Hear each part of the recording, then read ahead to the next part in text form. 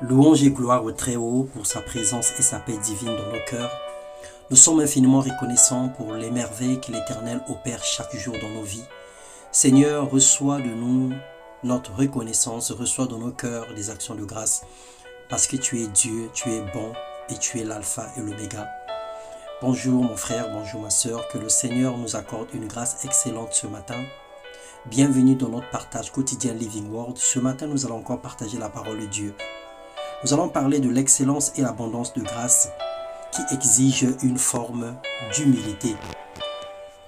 Dans le livre des Philippiens, le chapitre 3, le verset 4 au verset 6, la Bible déclare « Si quelqu'un croit pouvoir se confier dans sa condition, je le peux plus encore. J'ai été circoncis le 8e jour, je suis issu du peuple d'Israël, de la tribu de Benjamin, hébreu né d'hébreu. En ce qui concerne la loi, j'étais pharisien. Du point de vue zèle, j'étais persécuteur de l'Église. Par rapport à la justice de la loi, j'étais irréprochable. » L'apôtre Paul nous fait savoir qu'il a eu plusieurs raisons de se vanter, tant païen que chrétien, mais il ne l'a pas fait, il a vécu comme le moindre des apôtres et nous apprend l'humilité. Mon frère, ma sœur, quel que soit le pas, le chemin ou les expériences que nous aurons fait avec Dieu, nous avons besoin de la parole de Dieu pour être canalisés dans la marche chrétienne. Nous avons besoin d'avoir une boussole, nous avons besoin d'avoir le livre de la loi pour savoir comment marcher et agir fidèlement selon ce qui est écrit. Bon nombre des chrétiens, bon nombre des enfants de Dieu aujourd'hui marchent dans une vie de sainteté radicale. Gloire à Dieu, c'est une bonne chose.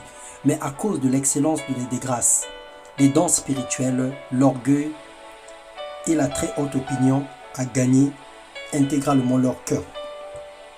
Ils se croient supérieurs, ils se croient à la hauteur de tout, parce que le Seigneur te révèle des choses, parce que le Seigneur te parle face à face, parce que le Seigneur éveille ton oreille chaque matin et tu te crois parfois supérieur.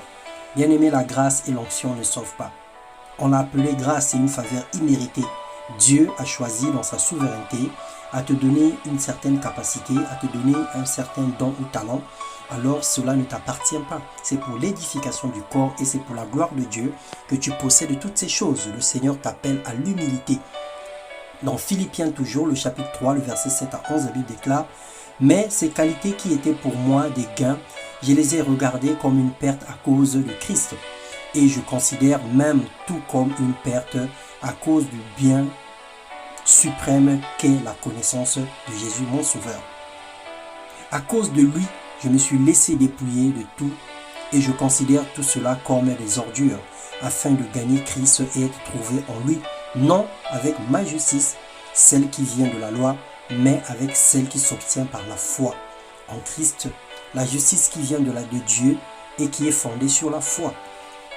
Bien-aimés, les dons spirituels peuvent produire l'orgueil en nous, mais par la grâce de Dieu, l'amour nous gardera humbles. Soyons disposés à nous considérer comme des simples ouvriers et esclaves de Dieu au service des autres, disait l'apôtre Paul. N'est pas oublier que Christ est notre modèle. Il n'a pas regardé son égalité avec Dieu. Il s'est dépouillé de la gloire qu'il avait auprès du Père. Il a pris la forme d'un serviteur. Quelles que soient les grâces que nous pouvons avoir, la puissance qui réside en nous, les merveilles que Dieu accomplit au travers de nous, demeurons simples comme des colombes au nom de Jésus-Christ. Que Dieu nous bénisse et fait de nous des hommes et des femmes de paix. Des hommes et des femmes humbles, des hommes et des femmes simples, comme Dieu le voudrait pour nous. Que Dieu vous bénisse et qu'il rende le privilégié, qu'il rende le cœur sensible à sa parole, que nous puissions marcher